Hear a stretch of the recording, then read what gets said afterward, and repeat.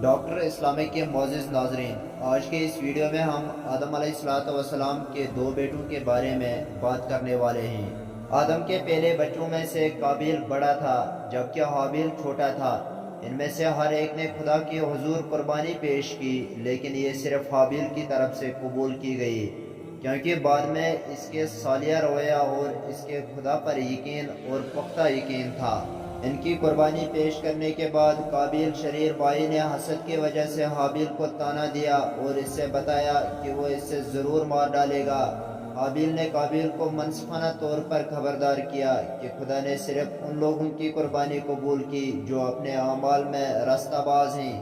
اس نے آگے چل کر قابیل کو بتایا کہ اگر قابیل نے واقعتاً اس سے قتل کرنے کی کوشش کی ہے تو حابیل جوابی کارروائی نہیں کرے گا اور اس سے قتل نہیں کرے گا، کیونکہ پرہیزگار کبھی بھی حسد کی خاطر قتل نہیں کرے گا۔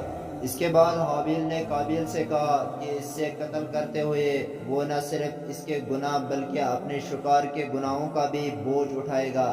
مظلوم نتیجتاً ناانصافی کا شکار ہو کر اس کے اپنے گناہوں کو معاف کر دیا جائے گا، اور قاتل کو جبکہ تنبیہ کی جائے گی نتیجتاً اس کے لیے گناہ میں اضافہ ہوگا۔ حابیل نے زبردست تبلیغ کی اور قابیل کو یاد دلایا کہ قتل کی سزا یہ ہوگی کہ وہ آخرت کی زندگی جہنم کی آگ میں گزارے گا۔ حابیل کی معصومانہ التجا اور تبلیغ کا قابیل پر کوئی اثر نہیں ہوا کیونکہ وہ تکبر، غرور اور حسد سے بھرا ہوا تھا۔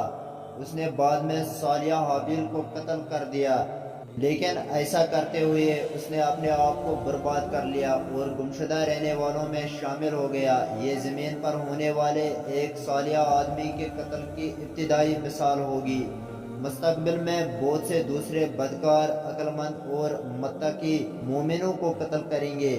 قتل کے بعد اللہ نے ایک قوا بھیجا جو زمین میں تلاش کرتا تھا تاکہ قابیل کو دکھائے کہ اپنے بھائی کی بے عزتی کیسے چھپا سکتا ہے۔ قابیل اپنی شرمندگی میں اپنے آپ کو کوسنے لگا اور وہ جرم سے بھر گیا۔